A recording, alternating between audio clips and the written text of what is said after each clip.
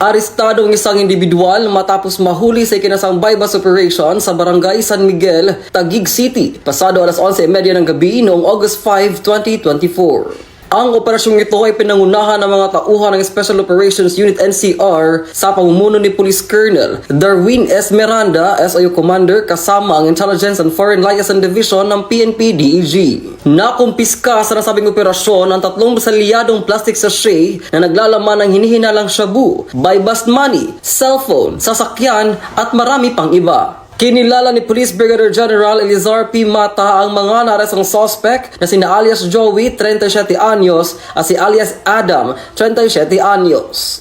Ang mga naarestong suspect ay nabasahan ng kanilang mga karapatan sa wikang kanilang naintindihan at ito ay dinala at pansamantala nakapiit sa detention facility ng PNP-DEG SIU NCR habang hinahanda ang kasong maaring ipataw laban sa kanila.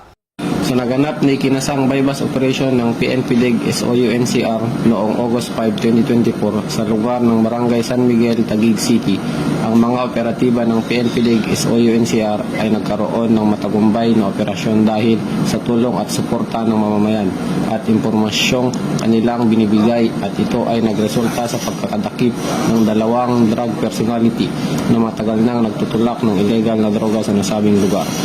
Ang mga ganitong operasyon ay isang malaking hakbang sa laban natin kontra illegal na droga. Ito ay isang paraan upang mapigilan ang pagkalat ng mga mapanganib na gamot. Patuloy na pinapakita ng ating mga kapulisan ang kanilang determinasyon na mapanatiling ligtas ang ating komunidad.